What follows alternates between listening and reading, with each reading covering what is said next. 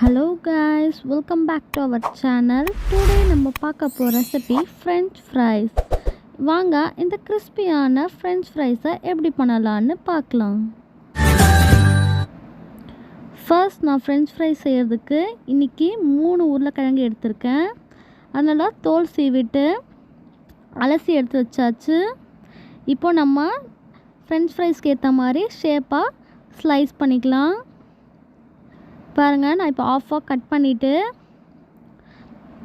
தேவையான அளவுக்கு கட் பண்ணிக்கிறேன். நான் இதை ஷேப்காக தான் இந்த மாதிரி கட் பண்ணுறேன். நீங்கள்னா அப்படியே கூட சேர்த்துக்கலாம். பாருங்க இந்த அளவுக்கு ஸ்லைஸாக கட் பண்ணி வச்சுக்கோங்க. இப்போ இதே மாதிரி எல்லா பொட்டேட்டோஸையும் நான் அது மாதிரி கட் பண்ணி வச்சுருக்கேன். இப்போ இதை அலசிட்டு ஒரு 5 to 10 minutes தண்ணியில் ஊற வச்சுடுங்க. இந்த மாதிரி தண்ணியில் ஊறினா அதில் இருக்க ஸ்டார்ச் எல்லாம் வெளியே போயிடும். இப்போ பொட்டேட்டோ நல்லா கிறிஸ்பியாக வரும். இப்போ நம்ம உருளைக்கிழங்கை வேக வைக்கிறதுக்காக நான் இன்றைக்கி வானல் எடுத்திருக்கேன். இப்போது தண்ணி ஊற்றிட்டு கொஞ்சமாக உப்பையும் ஆட் பண்ணிக்கோங்க. இதை ஒரு 3 to 5 minutes வேகினா போதும். ஓவராக குக் பண்ண வேண்டாம்.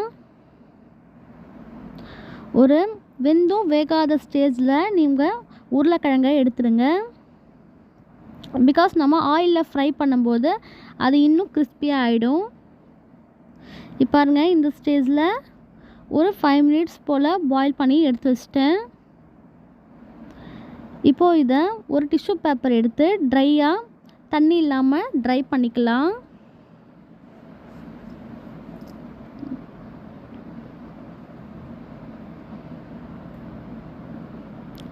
இப்போது தண்ணியெல்லாம் நல்லா வடிகட்டி ட்ரை ஆனதுக்கப்புறமா நம்ம ஃப்ரை பண்ண ஆரம்பிச்சிடலாம்.